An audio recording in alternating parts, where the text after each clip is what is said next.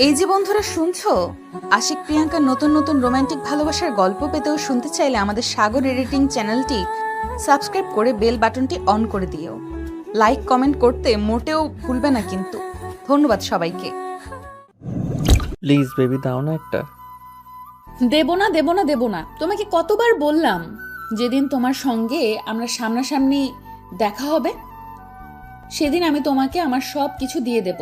কিন্তু কেন বলো তো, কতদিনের সম্পর্ক আমাদের, তারপরেও তুমি আমাকে এইটুকু বিশ্বাস করতে পারো না? তুমি কি আমাকে আর পাঁচটা ছেলের মতো মনে করো নাকি আমি তোমাকে ঠকিয়ে অন্য কাউকে বিয়ে করে নেব? কিন্তু আজ তোমাকে আমি কিছুই দেব না। আর তুমি রাগ করছো কেন? আমি কি তোমাকে সেভাবে বলেছি নাকি? বলেছি তো, যেদিন তোমার সঙ্গে আমার প্রথম দেখা হবে সেদিন আমি তোমাকে আমার চেহারা দেখাবো। তার আগে তোমাকে আমি কোনোভাবেই আমার চেহারা দেখাবো না। কিন্তু কেন, সেটা তো তুমি বলবে আমাকে। কি কারণে আমি তোমার চেহারাটা দেখতে পারি না? তুমি আমার চাইতে বয়সে বড়, সেজন্য। তোমাকে তো আমি বলেছি, প্রেম ভালোবাসায় বয়স বা অন্য কোনো কিছুই ম্যাটার করে না। আমি তোমায় ভালোবাসি। আর একটা কথা তুমি খুব ভালো করেই জানো, আমি আমার বাবা মার কাছে মুখ ফুটে যখন যা চেয়েছি তখন তাই পেয়েছি। আমি আমার ভালোবাসার মানুষটাকে চাইবো, সেটা আমার বাবা মা কখনোই বলবে না। প্লিজ, তোমাকে দেখার অপূর্ণ এই ইচ্ছাটা প্লিজ পূরণ করো। অবশ্যই পূরণ করব মাই ডিয়ার, তবে এখন নয়, যখন তুমি আমার সঙ্গে সরাসরি দেখা করতে আসবে ঠিক তখন। তোমার সঙ্গে কিভাবে দেখা করব আমি তো সেটাই ভেবে পাই না। আমার বাসা ঢাকা মিরপুরে, আর তোমার বাসা হলো নেত্রকোনার দুর্গাপুরে। ওদিকে আমার লাইফে আমি কোনোদিন দিয়েছি কি না তাও সন্দেহ আছে। তাহলে তোমার সঙ্গে আমার দেখাটা হবে কি করে বলো তো শুনি? তুমি আসলেই হবে, কারণ বাংলাদেশের বিভিন্ন এলাকা থেকে প্রতি বছর অনেক মানুষ আমাদের এলাকায় ঘুরতে আসে। তোমাদের কলেজ থেকে তোমার বন্ধুদের নিয়ে এদিকে ঘুরতে চলে এসো, তাহলেই তো হয়ে যায়। ঠিক আছে, দেখা যাক কোনোদিনও সেই স্বপ্ন পূরণ হয় কিনা, আর তোমাকে কোনোদিনও নিজের চোখে দেখতে পারি কিনা। তবে হ্যাঁ, তোমাকে একটা কথা বলার ছিল। আমি তোমায় সত্যি ভালোবাসি। তুমি যদি বাস্তবে দেখতে কুৎসিত হও তাও আমার কিছু যায় আসে না। সেটা যখন সামনাসামনি দেখা হবে তখন দেখা যাবে। এখন তাহলে রাখি, আমার অনেক কাজ আছে। তোমার কি এমন কাজ আছে সেটা বলো তো শুনি। আমি তোমাকে যখনই ফোন করি না কেন, তুমি একটা না একটা অযথা অজুহাত দেখাও। সবসময় আমাকে এড়িয়ে যাওয়ার বাহানা করো কেন বলো তো? তুমি কি আমায় ভালোবাসো না নাকি? নাকি আমার জায়গায় অন্য কাউকে পেয়ে গেছো? আমাকে এখন আর ভালো লাগে না। একদম বাজে কথা বলবে না বলে দিলাম। তুমি খুব ভালো করেই জানো আমি পড়াশোনার পাশাপাশি একটা কেজি স্কুলে পার্ট টাইম জব করি, কারণ আমার ফ্যামিলির আর্থিক অবস্থা অতটা ভালো নয়। তাই আমাকে নিজের পড়াশোনার খরচ নিজেকেই বহন করতে হয়। হ্যাঁ, তার জন্য তো বললাম আমি তোমার জন্য প্রতি মাসে টাকা পাঠাই, কিন্তু তুমি সেটাও নেবে না। তাহলে আমি কি করতে পারি বলো শুনি? তোমাকে কিছুই করতে হবে না, যদি পারো তাহলে তাড়াতাড়ি নিজেই পড়াশোনাটা শেষ করে ছোট্ট একটা চাকরি নাও আর আমাকে তোমার বাড়িতে নিয়ে যাও। হ্যাঁ, এই তো সবে ইন্টার সেকেন্ড ইয়ারে পড়ি, এখনো পড়াশোনা শেষ করতে কতদিন বাকি? এতদিন তুমি আমার জন্য অপেক্ষা করবে আমার তো মনে হয় না। দেখো, আমি অনার্স ফাইনাল ইয়ারে পড়াশোনা করছি। যদি তোমাকে ভুলে যাওয়ার হতো তাহলে তোমাকে মনে রাখতাম না, তাহলে তুমি ছেড়ে অন্য কাউকে নিয়ে সংসার করার চিন্তা ভাবনা করতাম। কিন্তু আমি সত্যিই তোমায় ভালোবাসি, আর সেটার প্রমাণ দেওয়ার জন্য যদি আমাকে 10 বছর অপেক্ষা করতে হয় আমি তাই করব। কিন্তু একটা কথা মনে রেখো, আমি কোনো দিনও তোমাকে ছেড়ে যাব না। এরপর দুজন আরও বেশ কিছুক্ষণ কথা বলে ফোন রেখে দিল। গল্পে তো অনেক দূর পর্যন্ত চলে এলাম। এবার আপনাদের কাছে গল্পের নায়ক নায়িকার পরিচয়টা দিয়ে দেওয়া যাক। গল্পের নায়ক নীল, ঢাকা শহরের কোটিপতি ব্যবসায়ী আরব চৌধুরীর একমাত্র ছেলে। সে এবছর ইন্টার ফাইনাল ইয়ারে পরীক্ষা দিয়েছে। এদিকে আমাদের গল্পের নায়িকা নেহা সেই বছর অনার্স ফাইনাল ইয়ারে পরীক্ষা দিয়েছে। দুজনার 2 ক্লাসের পরীক্ষা দেওয়া হয়নি। আপনাদের মনে নিশ্চয়ই একটা ঘটকালি ঘটে গেছে, তাই না? তো চলুন সেই ব্যাপারেই আপনাদের বলি। আমাদের গল্পের নায়ক নীলের সাথে আমাদের গল্পের নায়িকা নেহার পরিচয় হয় ফেসবুকে কোনো একটা গ্রুপে একটা পোস্টের কমেন্ট ধরে। তাদের বিতর্ক, আর সেখান থেকেই পরিচয়। তারপর টুকটাক কথাবার্তা, আর তারপর ভালো লাগা থেকে ভালোবাসায় পরিণত হওয়া।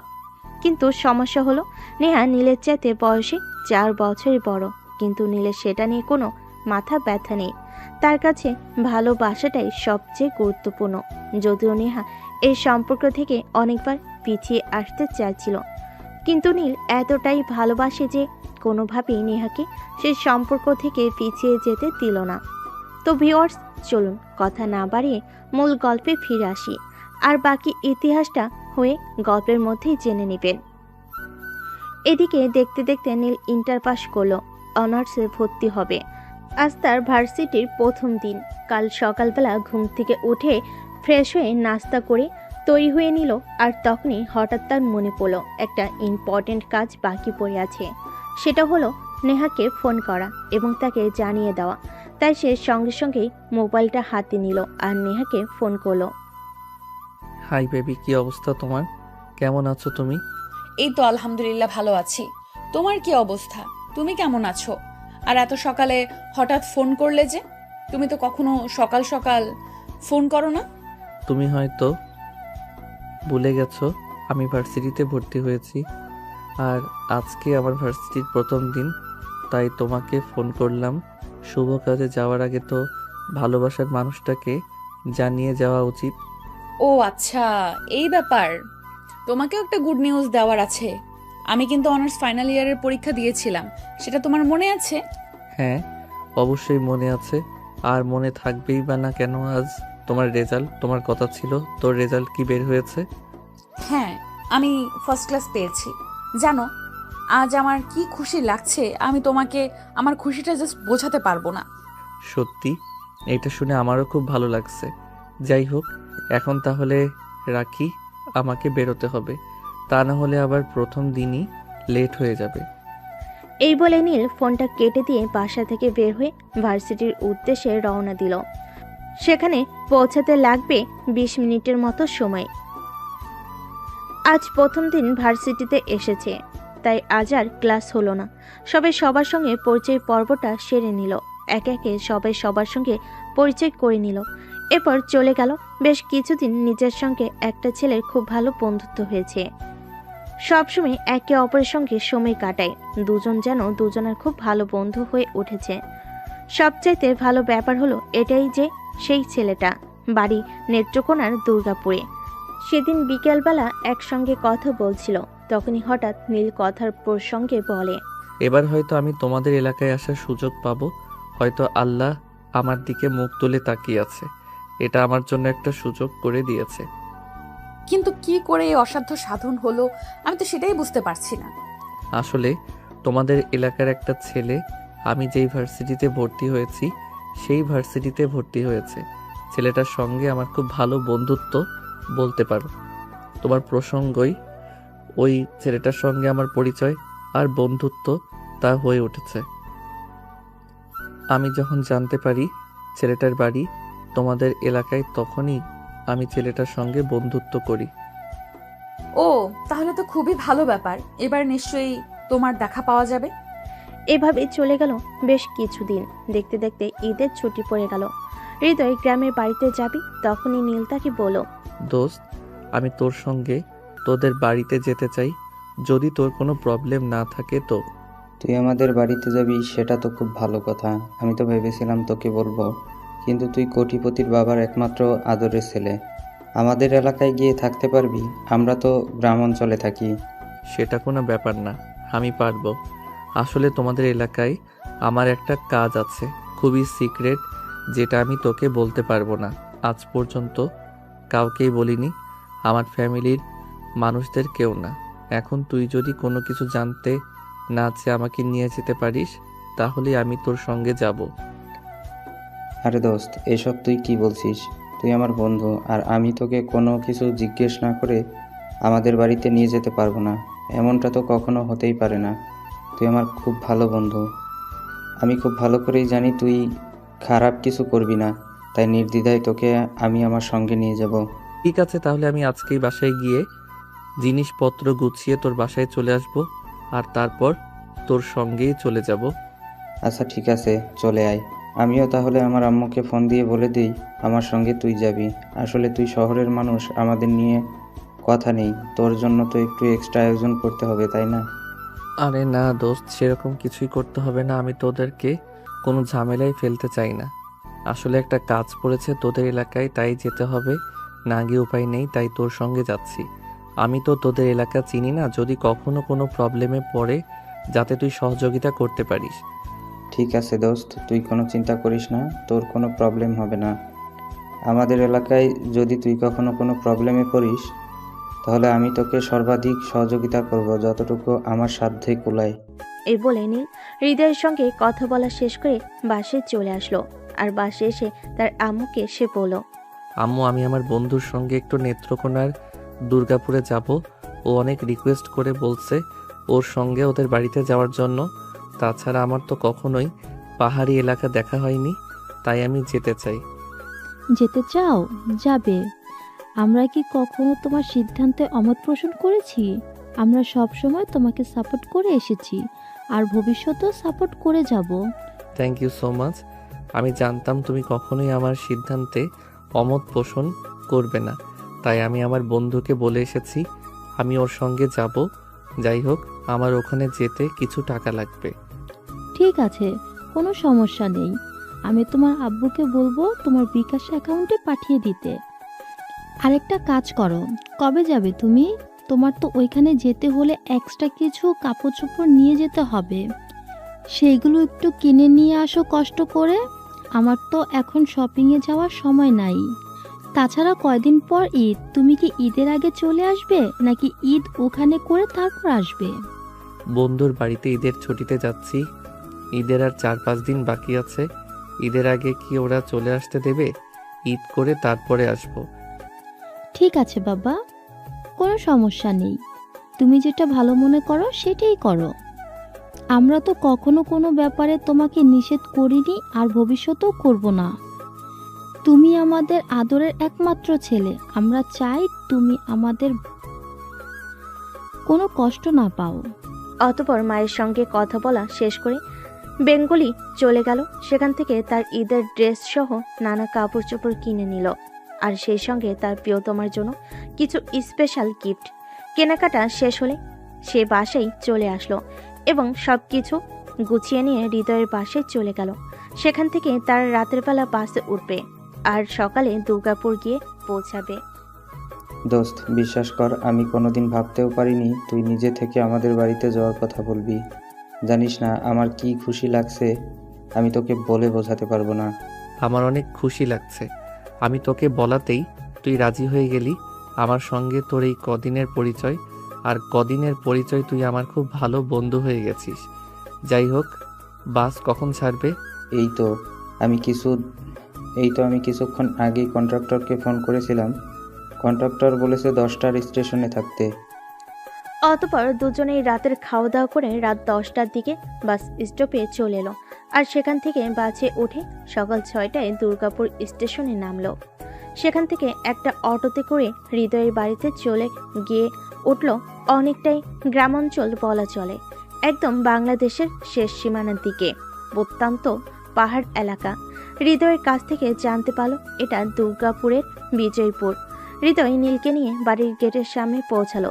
তখনই হঠাৎ হৃদয়ের চাচাতো বোনের সামনে পড়লো, আর তার চাচাতো বোন তাকে বলল, কিরে হৃদয়, তোর সঙ্গে এই ছেলেটাকে? একে তো আগে কখনো কোনোদিন আমাদের এলাকায় দেখা যায়নি। আপু, এটা আমার বন্ধু। ওরা নাকি আমাদের এলাকায় কোনো একটা কাজ করছে, তাই আমাদের সঙ্গে এখানে এসেছে, কয়েকদিন থাকবে এখানে। ও আচ্ছা, এই ব্যাপার তাহলে। একবার নিয়ে আসিস আমাদের বাড়িতে, গল্প করবো না। হাই, আমি রূপা। হ্যালো, আমি নীল চৌধুরী। এবছর ঢাকা সিটি ইউনিভার্সিটিতে অনার্স ফার্স্ট ইয়ারে পড়াশোনা করছি। আচ্ছা আপু, ঠিক আছে তাহলে। এখন আমরা আসি, বিকেলের দিকে তোমাদের বাড়িতে যাব না। আর কাকিমাকে বলে দিও আমি এসেছি, কাকিমার হাতের পিঠা খেতে হবে। অনেকদিন কাকিমার হাতের পিঠা খাওয়া হয় না। আচ্ছা ঠিক আছে। এই কথা বলে হৃদয়ের চাচাতো বোন সেখান থেকে চলে গেল। চলে যাওয়ার পর হৃদয় নীলকে বলল, এটা আমার বড় চাচার মেয়ে। তারা আর আমরা আলাদা আলাদা বাড়িতে থাকি, তাই তাদের সঙ্গে আমাদের খুব একটা যোগাযোগ হয় না। কিন্তু আমি তো শুনেছি গ্রামের মানুষরা সবাই একে অপরের সঙ্গে মেলামেশা করে থাকে। সবাই একসঙ্গে থাকতে খুবই পছন্দ করে। তোদের ক্ষেত্রে কেন এরকম বলতো শুনি। দোস্ত শোন, এইসব ব্যাপারে তোকে পরে বলবো। এখন বাড়িতে চল, সারা রাত জার্নি করে এসেছি। তাছাড়া আমার খুব ক্ষুধা লেগেছে।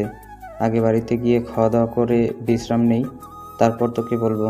তাছাড়া আমরা তো এখানে অনেক দিন আছি, সব কিছু তোকে ঘুরে ঘুরে দেখাবো আর বলবো।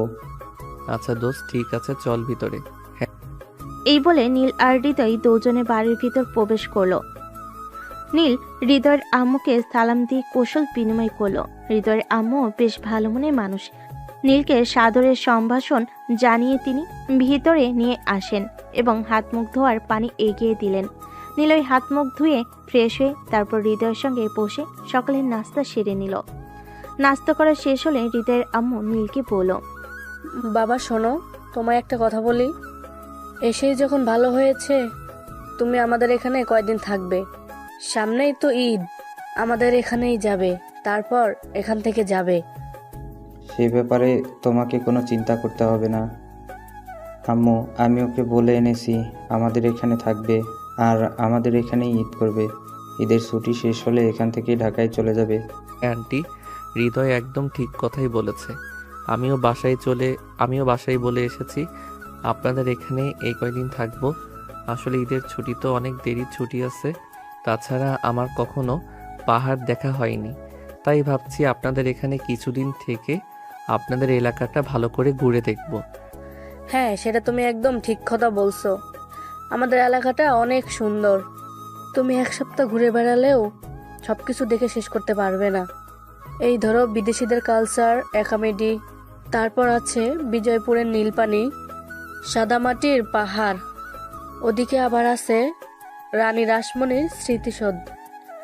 আরো অনেক কিছু আছে যেগুলো তুমি হৃদয়ের সঙ্গে ঘুরে দেখতে পারবে। অনেক ভালো লাগবে তোমার। আচ্ছা আন্টি, ঠিক আছে, অনেক দিন তো থাকবো, সব কিছুই ঘুরে দেখব। কিন্তু সারা রাত জার্নি করে এসেছি, এখন একটু ঘুমাতে হবে, প্রচণ্ড ঘুম পাচ্ছে। তাছাড়া অপরদিকে সম্বেশ্বরী নদী আছে। এখন বর্ষাকাল, নদীতে পানি টইটুম্বর। অনেক ভালো লাগবে তোমার। ওই যে পাশের ঘরটা আমি তোমাদের দুজনের জন্য রেডি করে রেখেছি, তোমরা দুজন ওই ঘরেই থাকবে। তাছাড়া ঈদ আসছে, বাড়িতে আরো মেহমান আসবে। অনেকগুলো ঘর থাকলেও ওই ঘরেই ওরা থাকবে। তোমাকে আলাদা করে কোনো ঘর দিতে পারলাম না, তার জন্য আমি খুবই দুঃখিত। আরে না আন্টি, এভাবে বলার কি আছে। আসলে আমরা শহরে মানুষ, সেটা ঠিক আছে, কিন্তু সবাই একসঙ্গে গাদাগাদি করে থাকার আনন্দটা আমরা কখনোই পাইনি। আমি আমার আম্মুর কাছে শুনেছিলাম, তারা যখন ছোটবেলায় নানার বাড়িতে কিংবা দাদার বাড়িতে বেড়াতে যেত, তখন নাকি সবাই একসঙ্গে একই বিছানায় অনেক আনন্দ করে ঘুমাতো। এবার না হয় গ্রামে এসে আমি সে আনন্দটাই একটু উপভোগ করলাম। বলতে বলতে নীল আর হৃদয় দুজনেই পাশের রুমটাই সে ঘুমিয়ে পড়ল। দেখতে দেখতে বিকাল হয়ে আসলো। হৃদয়ের আম্মু তাদের দুজনকে ডেকে ঘুম থেকে ওঠালো এবং দুপুরের খাবার খেতে দিল।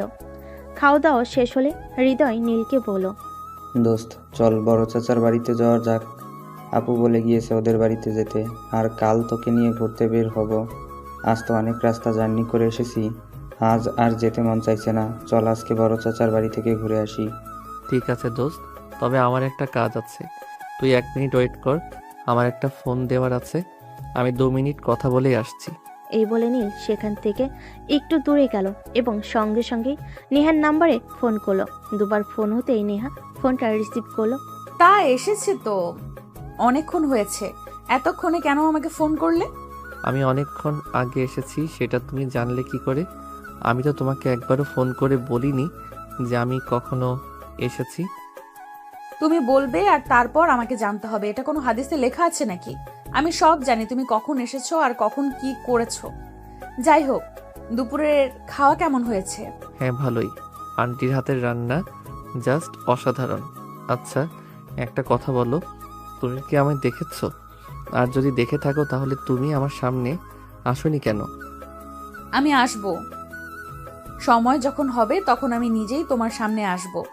যাই হোক, একটা কথা বলতে ফোন করেছিলাম।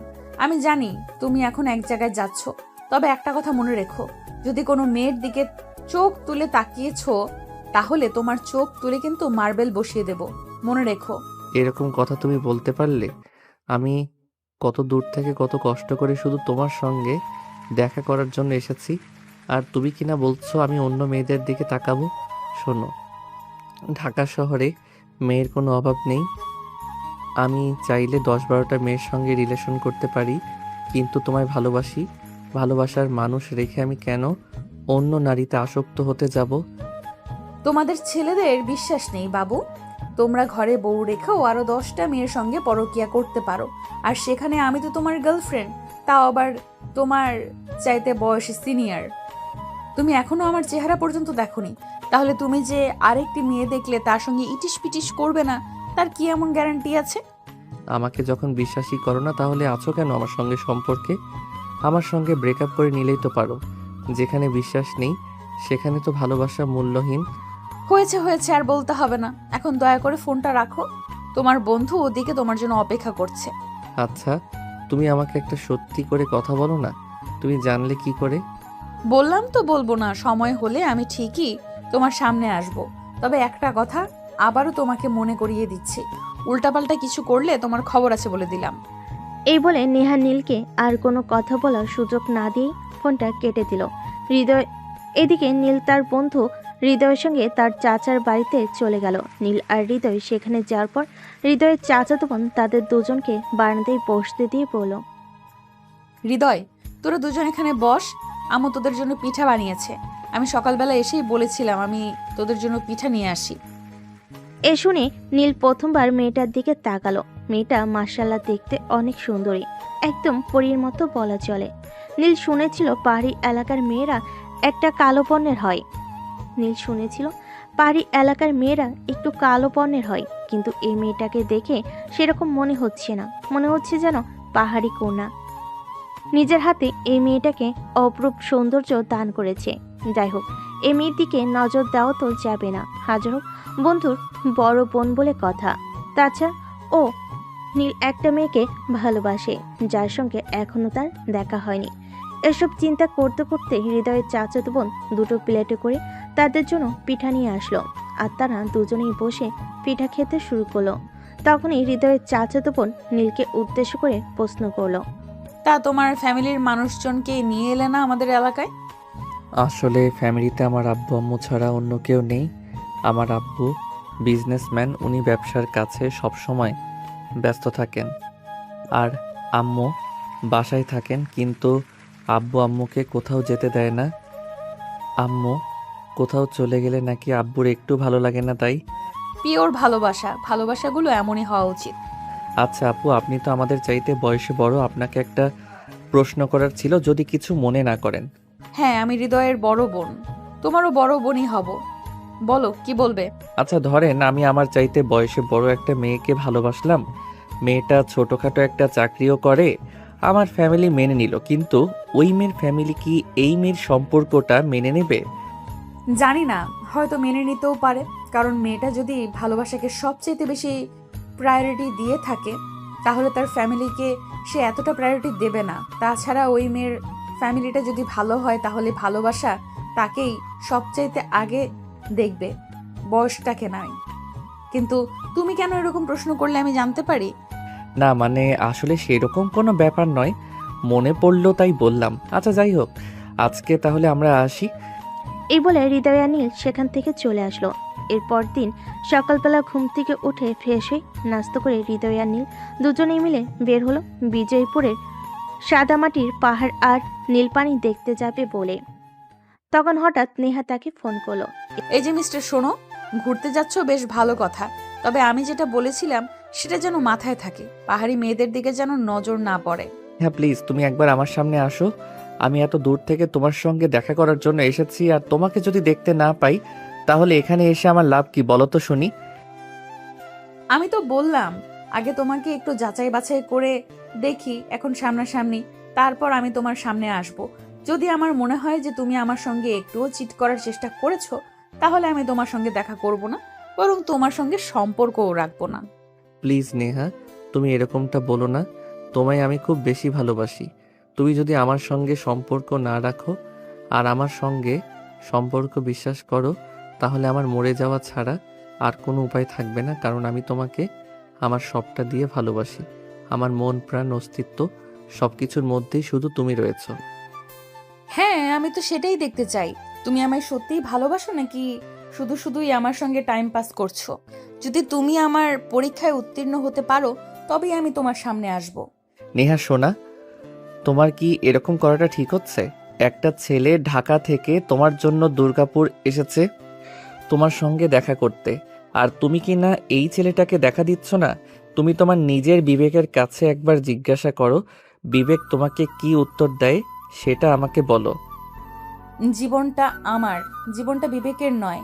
আমি কেন বিবেককে প্রশ্ন করতে যাব? আমি আমাকে প্রশ্ন করতে পারি। যাই হোক, আমি তোমাকে তো একবার বলেছি, তুমি যদি আমার পরীক্ষায় পাশ করতে পারো তাহলে আমি তোমার সামনে আসব। এই বলে নেহা ফোনটা কেটে দিল। নীল মন খারাপ করে তার বন্ধুর সঙ্গে ঘুরতে বের হলো। সারাদিন অনেক ঘোরাঘুরি করলো, কিন্তু তার মনে একটু ভালো লাগছে না, কারণ যেই মানুষটার জন্য সে এত দূর থেকে এসেছে সেই মানুষটাই তার সঙ্গে দেখা করছে না। এরকমটা কি হয়? সারাদিন ঘোরাঘুরি করে রাতের বেলায় বাসায় ফিরে আসলো আর রাতের খাবার খেয়ে ঘুমিয়ে পড়লো। এভাবে দেখতে দেখতে ঈদের দিন চলে আসলো। আজ চাঁদ রাত, সবাই হাতে মেহেদি পড়েছে, অনেক আনন্দ করছে। নীল আনমনে হয়ে বারান্দার চেয়ারে বসে আছে। তখনই হঠাৎ নেহার ফোন। কি ব্যাপার? সবাই কত আনন্দ করছে, তুমি এভাবে মনমরা হয়ে বসে আছো কেন? তোমাকে এভাবে মনমরা হয়ে বসে থাকতে দেখলে আমার একটুও ভালো লাগে না। আমার মন ভালো করার মতো কোনো কাজ কি তুমি করেছো? তোমাকে কতবার বলছি, প্লিজ একটাবার আমার সামনে আসো, একটাবার আমার সঙ্গে দেখা করো, কিন্তু তুমি কি আমার কথা একটু শুনেছো? একবারও কি আমার সঙ্গে দেখা করতে রাজি হয়েছো? ঠিক আছে, আমি কাল তোমার সঙ্গে দেখা করব। তুমি কাল বিকেলে একবার দুর্গাপুরের হোটেল নিরালায় চলে এসো, আমি ওখানেই তোমার জন্য ওয়েট করব। তুমি সত্যি বলছো? তুমি কাল আমার সঙ্গে দেখা করবে? জানো, এই কথাটা শুনে আমার কতটা খুশি লাগছে সেটা আমি তোমাকে বলে বোঝাতে পারবো না। যেই মানুষটার জন্য এতদিন ধরে অপেক্ষা করছি, সেই মানুষটা কাল আমার সামনে আসতে চলেছে। আমার মনে যে কতটা আনন্দ লাগছে সত্যি আমি তোমাকে বলে বোঝাতে পারবো না। ঠিক আছে, এখন তাহলে রাখি, কাল দেখা হচ্ছে দুর্গাপুরের হোটেল নিরালায়। এই বলে নেহা ফোনটা কেটে দিল। অপরদিকে নীল হৃদয়ের কাছে হোটেল নিরালার অ্যাড্রেস জানতে চাইল এবং হৃদয় তাকে অ্যাড্রেস বলে দিল, কিন্তু সে হৃদয়কে কোনোভাবেই বলল না ওখানে যাওয়ার কারণটা কি। হৃদয় তাকে কোনো জোরাজুরি করলো না। এভাবেই রাত কেটে গেল। সকাল হলো। সকাল 8টার দিকে নীল ঘুম থেকে উঠে তারপর ফ্রেশ হয়ে নাস্তা করায় ঈদের নামাজ পড়তে যায়। ঈদের নামাজ পড়ে বাড়িতে আসতে প্রায় সকাল 10টার মতো বেজে গেল।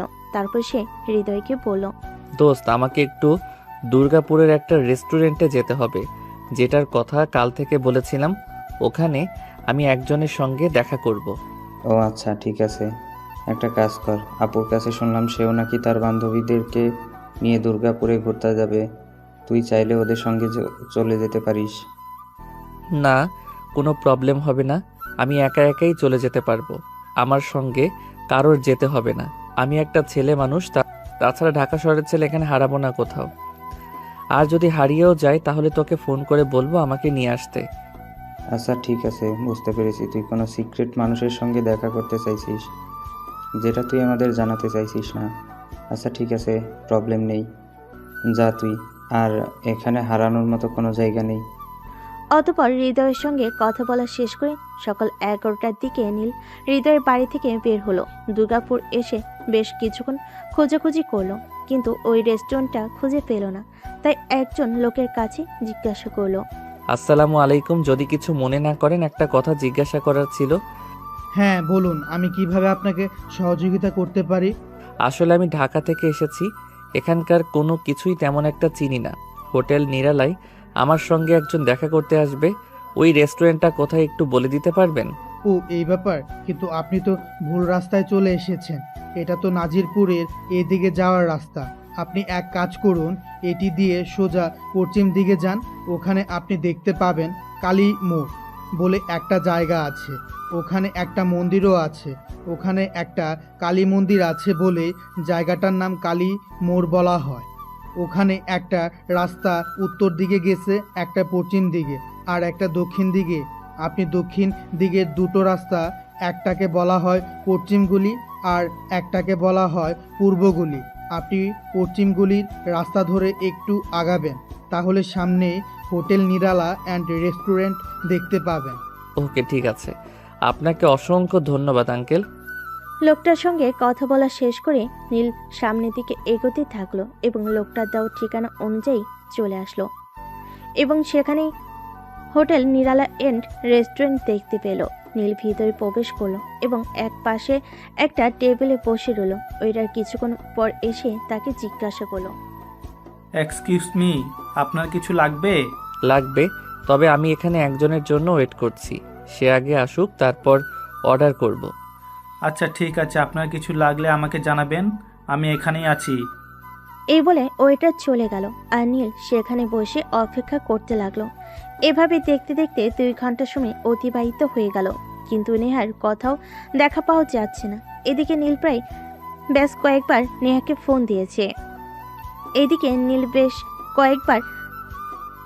ফোন দিয়েছে। কিন্তু ফোন সুইচ অফ বলছে। নীল রেস্টুরেন্টে বসে নেহার জন্য অপেক্ষা করছিল। তখন এসে দেখতে পেল হঠাৎ হৃদয়ের চাচাতো বোন বেশ কয়েকটা মেয়ের সঙ্গে এই রেস্টুরেন্টে প্রবেশ করছে। নীল অনেকটা লজ্জায় পড়ে গেল।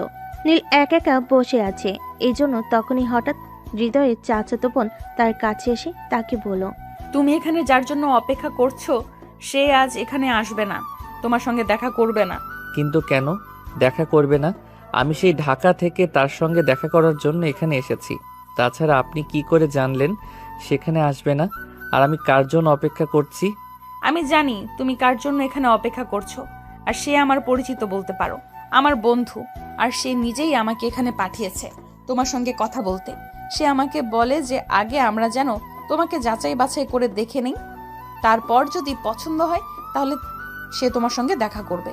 প্লিজ আপু, আমি আপনাকে রিকোয়েস্ট করে বলছি, প্লিজ নেহাকে একবার আমার সামনে আসতে বলুন। আমি ঢাকা থেকে তার সঙ্গে দেখা করার জন্য এখানে এসেছি। 2 দিন পর হয়তো চলে যাব, কিন্তু তাকে দেখতে না পেলে আমার খুব কষ্ট হবে। ঠিক আছে, কোনো ব্যাপার না, আমি তোমাকে নেহার সঙ্গে দেখা করিয়ে দিব, কিন্তু তার বিনিময়ে আমাকে এখানে পেট ভরে খাওয়াতে হবে। তারপর যা বিল আসবে সবটাই তোমাকে দিতে হবে। এটা কোন ধরনের ডাকাতি আমি তো সেটাই বুঝতে পারছি না। আমি নেহার সঙ্গে দেখা করতে এখানে এসেছি, তাকে কতক্ষণ ধরে ফোন করছি, সে আমার ফোনটা রিসিভ করছে না। আর আপনি কিনা বলছেন এখন আপনাদেরকে খাওয়াতে হবে, তা না হলে আপনারা আমাকে নেহার সঙ্গে দেখা করাবেন না। এরকমটা করার কারণ কি আমি জানতে পারি? এত প্রশ্ন করবে না আমাদের, তোমাকে যেটা বলেছি তুমি সেটাই করো। তুমি আমাদের সবাইকে এখানে খাওয়াবে কিনা তাই বলো। ঠিক আছে, যদি আপনাদের খাওয়ানোর বিনিময়ে আমি নেহার সঙ্গে দেখা করতে পারি তাহলে আমি তাই করব। আপনারা কি খাবেন অর্ডার করুন, সমস্ত বিল আমি পে করব। হৃদয়ের চাচাতো বোনের সঙ্গে তার বেশ কয়েকটা বান্ধবী এসেছিল। তারা সবাই মিলে সেখানে খাওয়া দাওয়া করলো। খাওয়া দাওয়া শেষে তাদের বিল আসলো প্রায় 5,000 টাকার মতো। বিল সেটা পরিশোধ করলো। আপু দেখুন, আপনাদের সমস্ত বিল আমি পে করেছি। এখন আপনারা আমাকে আমার নেহার সঙ্গে প্লিজ একটাবার দেখা করতে দিন। তাকে দেখার জন্য আমার মনটা ব্যাকুল হয়ে আছে। কতদিনের সম্পর্ক আমাদের, এর মধ্যে একটাবার তার চেহারাটা পর্যন্ত দেখতে পারলাম না। ঠিক আছে, আমরা এখন যাই, নেহার সঙ্গে কথা বলে তোমাকে জানাবো সে তোমার সঙ্গে দেখা করবে কি করবে না। এটা কেমন ধরনের ফাইজলামো, আমি তো সেটাই বুঝতে পারছি না। আপনারা বললেন আপনাদেরকে খাওয়াতে, তাহলে আপনারা আমাকে নেহার সঙ্গে দেখা করিয়ে দেবেন। এখন আমি আপনাদেরকে খাওয়ালাম, তারপর এখন কিনা আপনারা বলছেন আপনারা নেহার সঙ্গে কথা বলে আমাকে জানাবেন। তাহলে এগুলোর মানে কি ছিল? দেখো, একদম বেশি কথা বলবে না, যেটা বলেছি সেটাই করো। একদম বেশি কথা বলার চেষ্টা করবে না। আমাদেরকে বলে দিয়েছে তোমার সঙ্গে দেখা করে কথা বলে খাওয়া দাওয়া করে তারপর তার সঙ্গে গিয়ে কথা বলতে। তারপর যদি তার মনে হয় সে তোমার সঙ্গে দেখা করবে তাহলে করবে, নয়তো করবে না। অতঃপর নিজেকে আর কোনো কথা বলার সুযোগ না দিয়ে তার সেখান থেকে চলে আসলো। তখনই আবার নীল বারবার নেহার নাম্বারে ফোন করতে থাকলো। বেশ কয়েকবার নেহার নাম্বারে কল ঢুকলো। নেহা ফোন রিসিভ করতেই নীল বলতে লাগলো, নেহা কি হচ্ছে এসবের মানে কি? আমি তো সেটাই বুঝতে পারছি না। আমি এত দূর থেকে তোমার সঙ্গে দেখা করতে আসলাম, আর তুমি কি না আমার সঙ্গে এরকম ফাইজলামো করে যাচ্ছ? এগুলো কি আসলেই করা উচিত? কেন, আমি যাদের পাঠিয়েছিলাম তারা তোমাকে বলেনি? ওদের সঙ্গে কথা বলে যদি তোমার মনে হয় আমি তোমার সঙ্গে দেখা করব, তাহলে করব, নয়তো করব না। তুমি যখন আমার সঙ্গে দেখা করবে না, তাহলে আমাকে এখানে আসতে কেনা বলেছিলে? আর কেনই বা আমাকে হোটেল নিরালায় আসতে বললে? তোমার বান্ধবীরা খাওয়া দাওয়া করতে চেয়েছিল, আমি তাদেরকে খাওয়ালাম। তারা বলেছিল ওদের খাওয়া দাওয়া করালে ওরা তোমার সঙ্গে দেখা করিয়ে দেবে, কিন্তু তা করলো না। কেন হচ্ছে আমার সঙ্গে এরকম, বলো তো শুনি। কাম অন বেবি, রিল্যাক্স, একটু শান্ত হও তুমি। পুরোটা জীবনের ব্যাপার, আমাকে তো একটু যাচাই বাছাই করে দেখে নিতে হবে। আমাকে এতটুকু সময় দাও তুমি। ঠিক আছে, তোমার যা ভালো মনে হয় তুমি তাই করো, আমি তোমাকে আর কিছুই বলবো না তোমাকে আমার সঙ্গে দেখা করতে। আর একটা কথা, আমি কিন্তু 2 দিন পর ঢাকায় ফিরে যাচ্ছি। ঠিক আছে, কোনো সমস্যা নেই। তুমি ঢাকায় চলে যাওয়ার আগেই আমি তোমার সঙ্গে দেখা করব, চিন্তা করার কিছু নেই। এই বলে ফোনটা কেটে দিল আর নীল রেস্টুরেন্ট থেকে বের হয়ে হৃদয়ের বাসায় চলে আসলো। নীলকে অনেকটা অন্য মনস্ক দেখে হৃদয় তাকে প্রশ্ন করলো, কি ব্যাপার দোস্ত, কি হয়েছে তোর? বল না শুনি। বাসা থেকে গেলি ভালো মুখে, এখন গোমরা মুখ করে ফিরে এসেছিস? কিছু না রে দোস্ত, ভালো লাগছে না আমার। যেটার জন্য এসেছিলাম সেটা হয়নি, আমি ঢাকায় ফিরে যেতে চাই। ঠিক আছে দোস্ত, আমি তো বলেছি 2 দিন পর আমরা ঢাকায় ফিরে যাব। তো ঢাকায় যাওয়ার জন্য আমরা কোনো বাস পাবো না, তাই আমাদের 2 দিন পরেই যেতে হবে। ঠিক আছে, যত তাড়াতাড়ি ঢাকা ফিরে যাওয়া যায় সেই ব্যবস্থাই করো। এই বলে নীল সেখান থেকে সোজা রুমে চলে গেল আর বিছানায় শুয়ে ঘুমিয়ে পড়ল। পরের দিন সকালবেলা হৃদয়ের চাচাতো বোন আসলো হৃদয়ের কাছে আর হৃদয়কে বলল, আমরা একটু নৌকায় করে নদীতে ঘুরতে যেতে চাইছিলাম, তুই কি আমাদের সঙ্গে যাবি? ঠিক আছে, আমি যাব তোমাদের সঙ্গে, তবে আমার সঙ্গে কিন্তু নীলা যাবে। বেচারির মনটা খারাপ, তাই আমাদের সঙ্গে নিয়ে যাব। আচ্ছা ঠিক আছে, কোনো সমস্যা নেই। বিকেলের দিকে রেডি থাকিস, আমি আমার বন্ধুদের নিয়ে চলে আসব। এই বলে ওখান থেকে চলে গেল আর বিকেলবেলা হৃদয়কে নিয়ে তাদের সঙ্গে ঘুরতে যাওয়ার জন্য বের হলো। তার যখনই নৌকা নিয়ে ঘুরতে বের হলো তখনই হঠাৎ আকাশ কালো করে মেঘে ছেয়ে গেল আর হঠাৎ করে প্রচণ্ড ঝড় শুরু হলো। তার নৌকা চালিয়ে তাড়াতাড়ি বাড়ি আসার চেষ্টা করছিল, কিন্তু বাতাসের বেগ এতটাই বেশি ছিল যে তার কোনোভাবেই ফিরে আসতে পারছিল না। তখন হঠাৎ হৃদয় সবাইকে বলল, সবাই পানিতে নেমে পড়ো আর সাঁতার দিয়ে বাড়ি যাওয়ার চেষ্টা করো। নৌকা নিয়ে কোনোভাবেই পাড়ে যাওয়া যাবে না। নৌকা ভেসে গেলে যাক, কিন্তু আমাদের তো বেঁচে বাড়ি ফিরতে হবে। হৃদয় কথাটা বলার সঙ্গে সঙ্গে সব মেয়েরা কোমরের ওড়না পেঁচিয়ে নদীতে ঝাঁপ দিল। সেই সঙ্গে হৃদয়ের পানিতে ঝাঁপ দিল, কিন্তু রয়ে গেল বেচারি নীল। সে তো সাঁতার জানে না, কারণ সে শহরের ছেলে। সে নৌকায় বসে রইল আর আল্লাহর নাম জপতে লাগলো, বয়সে চিৎকার করতে লাগলো। কিন্তু সেই চিৎকার কারোর কান পর্যন্ত পৌঁছালো না, কারণ প্রচণ্ড বাজ পড়ছিল আর খুব বেশি ঝড় হচ্ছিল। সবে পাড়ে গিয়ে পৌঁছালো, কিন্তু নীলকে কোথাও দেখা যাচ্ছে না। সবাই খুব চিন্তিত হয়ে পড়ল, নীল কোথায়? সে কি পানিতে ভেসে গেছে নাকি অন্য কিছু? এদিকে নীল কোনো রকমে নৌকায় বসে থাকার চেষ্টা করছিল, কিন্তু সে কোনোভাবেই সেটা পারছিল না। একটা সময় বাতাসের কারণে নৌকাটা উল্টে গেল। সে কোনো রকমে নিজেকে বাঁচানোর চেষ্টা করছিল। তখনই হঠাৎ একটা বালুরবাহী ট্রলারের কাছে সে চলে গেল আর মানুষগুলো বুঝতে পারল সে বিপদে পড়েছে। তাই সেই বালুবাহী ট্রলারের মানুষগুলো তাকে বাঁচানোর চেষ্টা করছিল। আর অপরদিকে নীল সাঁতার জানে না, তাই সে পানিতে তলিয়ে যাচ্ছিল। তখনই বালুবাহী নৌকার কিছু লোক পানিতে ঝাঁপিয়ে পড়ে আর নীলকে পানি থেকে উদ্ধার করে। নীল ততক্ষণে অজ্ঞান হয়ে গেছে। নৌকার লোকগুলো অনেক কষ্ট করে তাকে জ্ঞান ফেরালো এবং পাশের একটা ফার্মেসিতে নিয়ে গেল। সেখান থেকে প্রাথমিক চিকিৎসা দেওয়া হলে ডক্টর বলল ছেলেটার অবস্থা খুব বেশি ভালো নাই।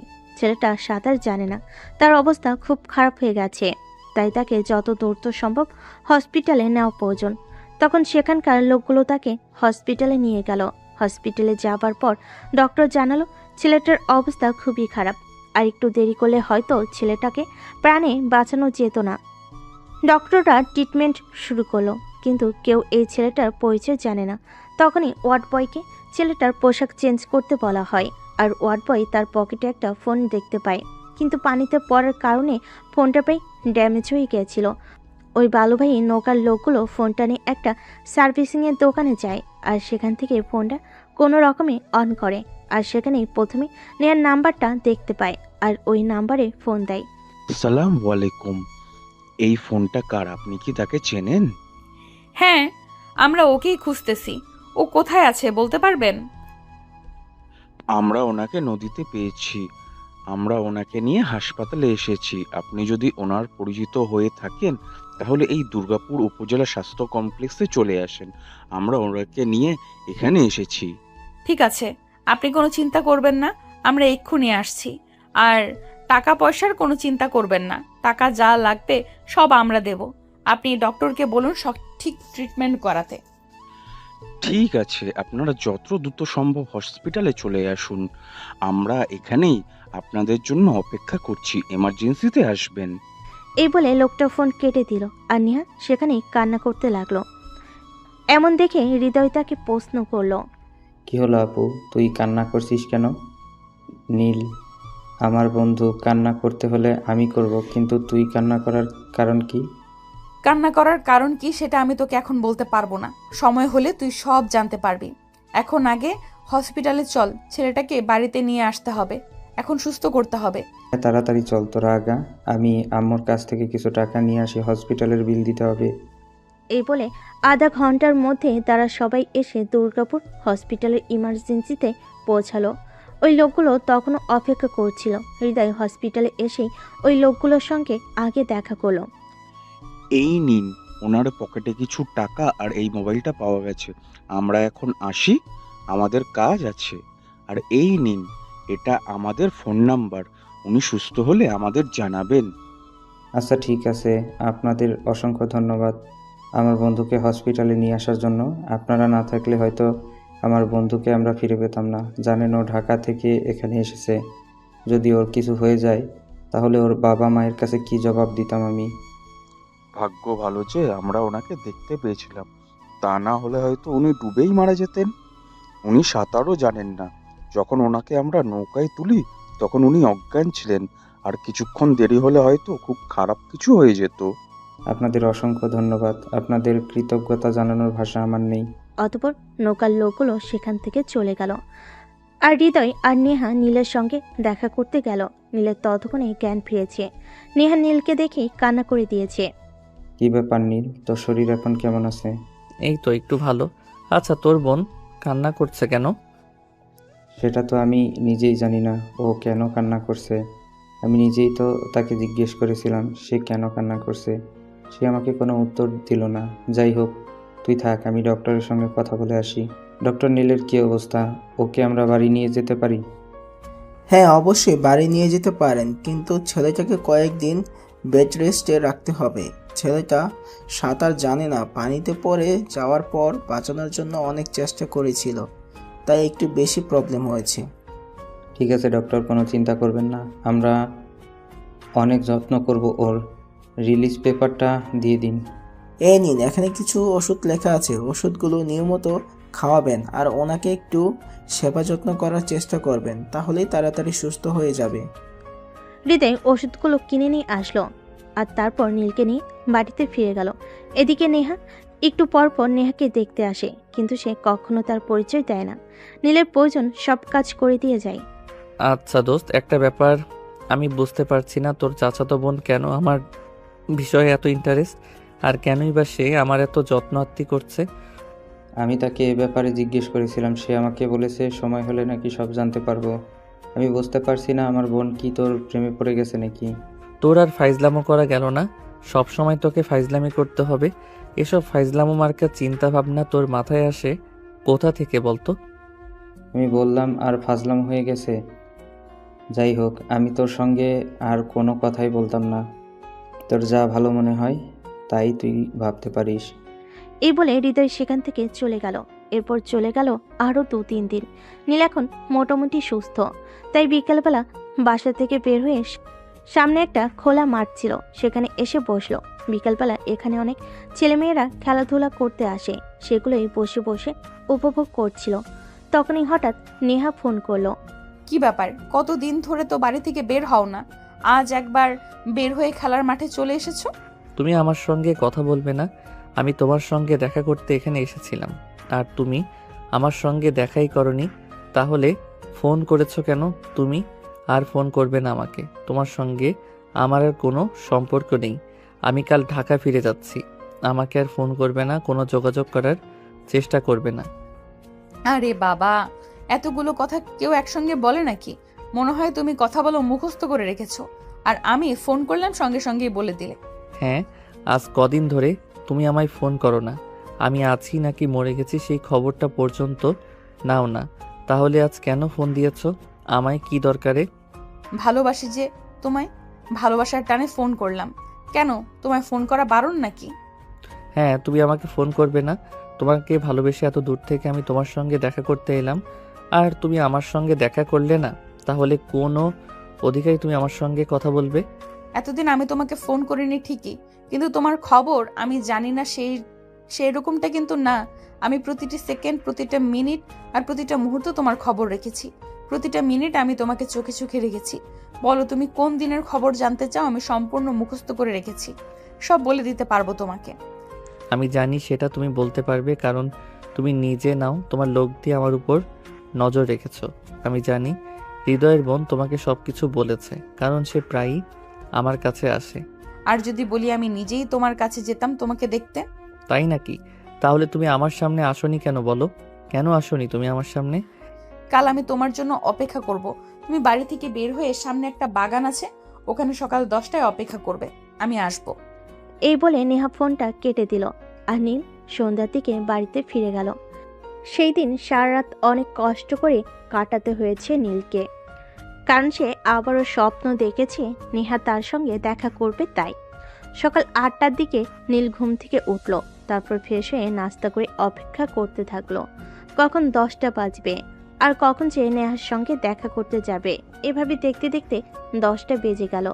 নীল বাড়ি থেকে বের হয়ে পাশের বাগানটায় চলে আসলো। নীল সেখানে দেখতে পেল একটা মেয়ে 3 পিস পরা, মাথায় ঘোমটা দিয়ে দাঁড়িয়ে আছে।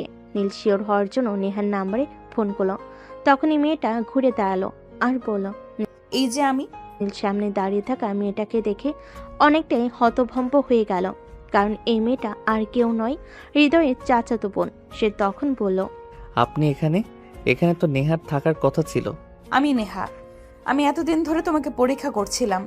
পরীক্ষা করে দেখে নিলাম তুমি সত্যি আমাকে ভালোবাসো কিনা, সত্যি আমার প্রতি তোমার সেই রকম ফিলিংস আছে কিনা, সেরকম টান আছে কিনা। তুমি পরীক্ষায় পাশ করেছো। কাউকে ভালোবাসতে হলে এভাবে পরীক্ষা করতে হয় না। আমি ভেবেছিলাম তুমি আমার সামনে আসবে না, তাই জন্য আমি এতটা রেখে গিয়েছিলাম। আর ভেবেছিলাম তোমার সঙ্গে দেখাও করব না, আর কোনো কথাও বলবো না। তো এখন কি সিদ্ধান্ত নিলে সেটাই বলো শুনি। আমাকে দেখার পর তোমার রিয়েকশনটা কি হলো? চাইলে আজকেই বিয়ে করে নিয়ে ঢাকায় চলে যাব। আমি গ্রামের মেয়ে, এভাবে বললে হয় না। আমার ফ্যামিলি আছে, ফ্যামিলির সঙ্গে কথা বলো। তুমি তোমার ফ্যামিলিকে আমার ফ্যামিলির সঙ্গে কথা বলতে পাঠাও। তাদের যদি কথা বলে ভালো লাগে তারপরে সিদ্ধান্তে আগানো যাবে। আচ্ছা ঠিক আছে, তাহলে তুমি এখনই দাঁড়াও, আমি আমার আম্মুকে ভিডিও কল করছি। এ বলে নীল তখনই তার মোবাইলটা বের করে সঙ্গে সঙ্গে তার আম্মুকে ভিডিও কল করলো। কি ব্যাপার, তুই তো দেখা যাচ্ছে আমাদের ভুলেই গেছিস, আমাদের আর ফোন টোন কিছুই করছিস না। আম্মু আসলে একটা সমস্যায় পড়ে গেছিলাম।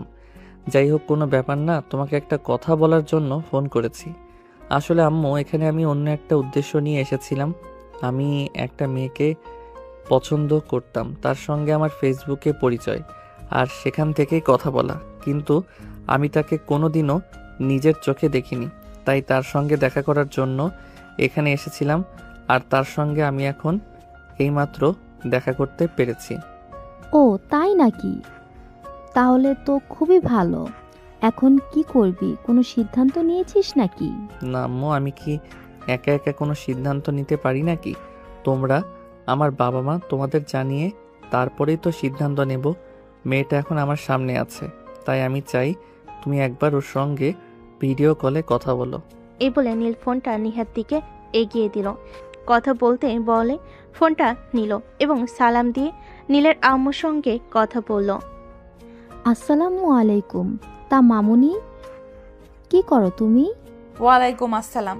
আন্টি, এ তো আমি এই বছরে অনার্স কমপ্লিট করেছি। মাশাল্লাহ, যেমন দেখতে সুন্দর তেমনি পড়াশোনায়ও। আর যাই হোক, ভালোই হলো, আমার ছেলের পছন্দ আছে বলতে হবে। আম্মু বলো, তোমার কি নেহাকে পছন্দ হয়েছে? পছন্দ না হওয়ার কোনো উপায় আছে নাকি? আমার ছেলের পছন্দ বলে কথা, পছন্দ তো হতেই হবে। মাশাল্লাহ, মেয়েটা অনেক সুন্দর। তুই মেয়েটার বাবা মায়ের সঙ্গে আমাকে ফোনে কথা বলিয়ে দে। আমি চাই তুই বিয়ে করে বউ নিয়ে একেবারে বাড়িতে আয়। কি বলো আম্মু, এভাবে হয় নাকি?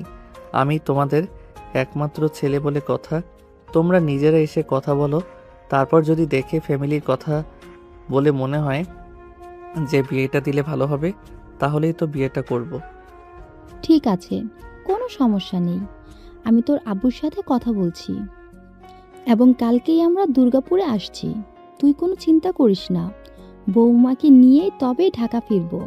এই বলে নীলের আম্মু ফোনটা কেটে দিল। আর নীল খুশিতে একদম কান্না করে দিয়েছে। সে ভাবতেই পারছিল না তার আম্মু এত সহজে বিষয়টা মেনে নেবে। যাই হোক, দুজনেই খুব খুশি। তাই নীল নেহাকে বলল, তোমার শ্বশুর শাশুড়ি কালকেই দুর্গাপুর আসছেন তোমাকে বউ বানিয়ে নিয়ে যাওয়ার জন্য। তুমি তোমার ফ্যামিলিতে কথা বলে সব কিছু জানিয়ে রাখো। ঠিক আছে, তাছাড়া আমি আমার ফ্যামিলিকে আগেই জানিয়ে রেখেছি তোমার ব্যাপারে। তারাও এই কয়েকদিন ধরে তোমাকে ফলো করছিল। সবাই বলছে খুবই ভালো ছেলে তুমি, তোমার সঙ্গে বিয়ে দিলে আমি খুবই ভালো থাকবো, তাই আমার ফ্যামিলি থেকে কোনো প্রবলেম হবে না। অতঃপর দুজনেই সেখানে বসে অনেকক্ষণ গল্প গুজব করলো। প্রথমবার দেখা হয়েছে বলে কথা বলা শেষ হলে দুজনেই বাড়িতে চলে গেল এবং নেহার বাড়িতে গিয়ে তার বাবা মায়ের সঙ্গে কথা বলে সবকিছু ঠিক করে রাখলো। নীল হৃদয়ের বাড়িতে এসে হৃদয়কে সবকিছু খুলে পড়ল। সবকিছু শুনে হৃদয় বলল, তাহলে এই ছিল বন্ধুর মনে? আমি এত কাছের বন্ধু হয়েও কোনো কিছু জানতে পারলাম না।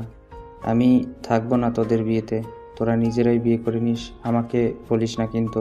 দোস্ত প্লিজ আমাকে ক্ষমা করে দে, আমি আসলে কাউকেই জানাতে চাইছিলাম না। আমার আম্মুকেও আমি আজকেই জানিয়েছি আর আম্মু রাজি হয়ে গেছে, কালকেই আসবে এখানে। ওই স্যার ভাব দেখাতে হবে না, সব কিছুই তো আমাকে করতে হবে, সেটা তো আমি খুব ভালো করেই জানি। তাই আমাকে বশ করেছিস, তাই না? আমাকে বশ করার কিছুই নেই, বন্ধুর জন্য এটুকু তো করতেই পারি। যাই হোক, আমাকে কিন্তু আজ খাওয়াতে হবে। ঠিক আছে চল আমার সঙ্গে, তোকে রেস্টুরেন্টে নিয়ে যাব, তুই যা খেতে চাইবি আমি তোকে তাই খাওয়াবো। আজ আমার খুশির দিন, আজ আমার কাছে তুই যা চাইবি আমি তোকে তাই দেব। এই বলে নীল আর হৃদয় দুজনেই বাড়ি থেকে বের হয়ে রেস্টুরেন্টে চলে গেল। নেয়ার জন্য বিশেষ কিছু খাবার পার্সেল করে নিল আর তারপর বাড়ি ফিরে আসলো। পরের দিন সকাল হতে না হতেই নীলের বাবা মা দুর্গাপুরে চলে আসে। স্টেশনে এসেই নীলকে ফোন করে। আমরা তো স্টেশন পর্যন্ত চলে এসেছি, তুই আমাদের নিতে আয়। অতঃপর নীল হৃদয়কে দিয়ে তার আব্বু আম্মুকে রিসিভ করতে আসলো আর তারা হৃদয়ের বাড়িতে গিয়ে উঠল। সঙ্গে ছিল বিশাল বিশাল দুটো লাগেজ। এগুলো দেখে নীল তাদেরকে প্রশ্ন করলো, আম্মু এই এত বড় বড় লাগেজ কেন এনেছো? এগুলোর মধ্যে কি আছে? এগুলোর মধ্যে আমার বৌমার জন্য অনেক জিনিসপত্র আছে, শাড়ি, জুয়েলারি, আরো অনেক কিছু। বিয়েতে যা যা লাগে সবকিছু আমি নিয়ে এসেছি। কি বলো, এত অল্প সময় তুমি এত কিছু অ্যারেঞ্জ করলে কিভাবে? আমার ছেলের বিয়ে বলে কথা, আমি কি করে বসে থাকতে পারি? আমি এই শপিং মাত্র 5 ঘন্টায় কমপ্লিট করেছি। সরি, জানি না আমার বৌমার পছন্দ হবে কি না। চিন্তা নেই, তোমার বৌমার পছন্দ হয়ে যাবে। এখন চলো যাওয়া যাক।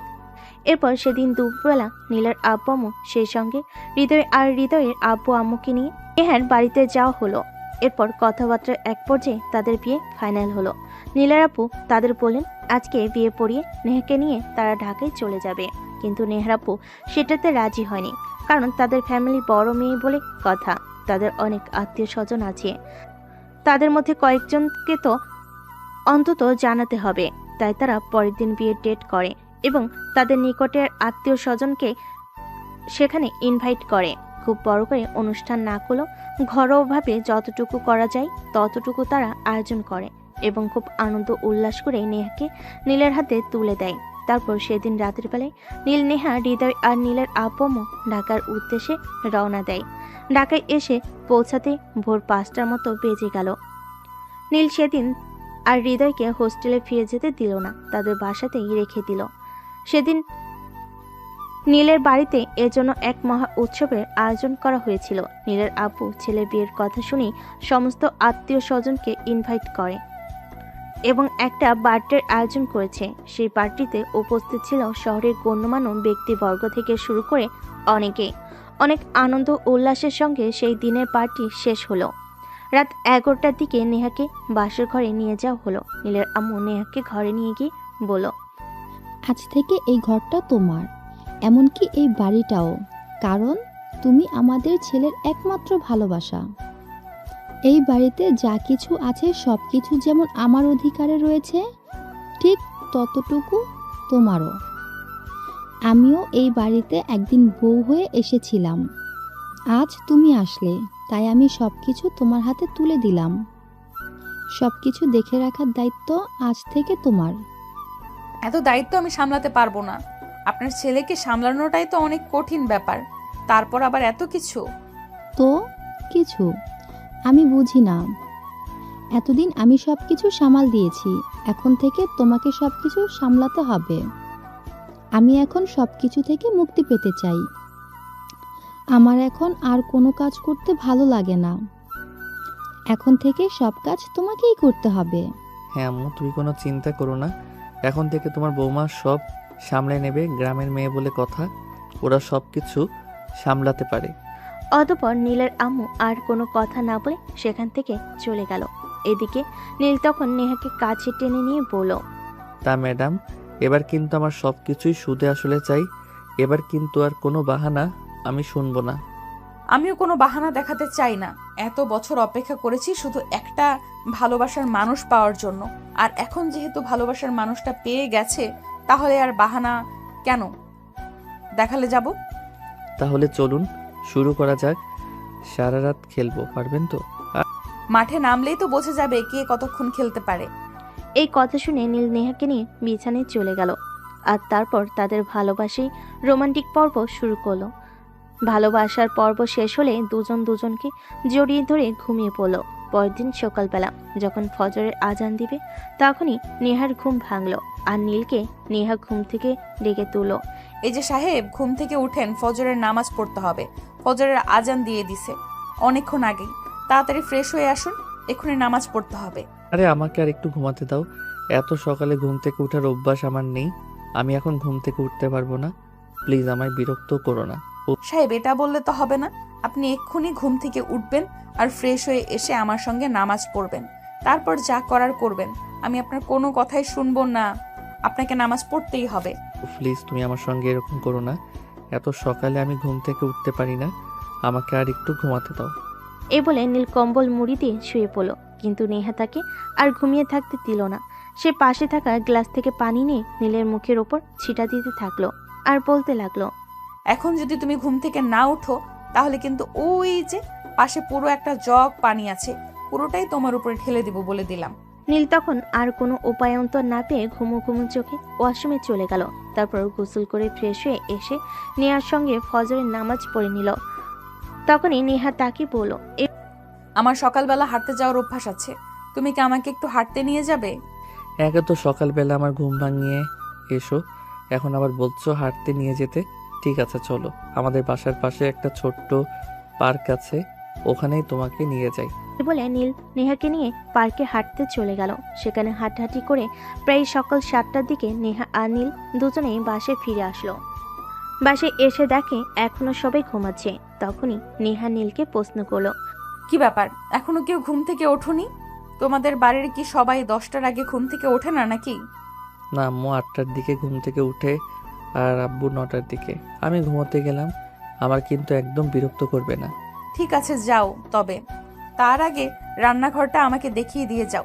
আমি সবার জন্য নাস্তা বানিয়ে রাখি, তারপর তোমাকে ঘুম থেকে ডাকতে যাব। এই না, একদম নয়, তোমাকে রান্না করে নিয়ে যেতে হবে না।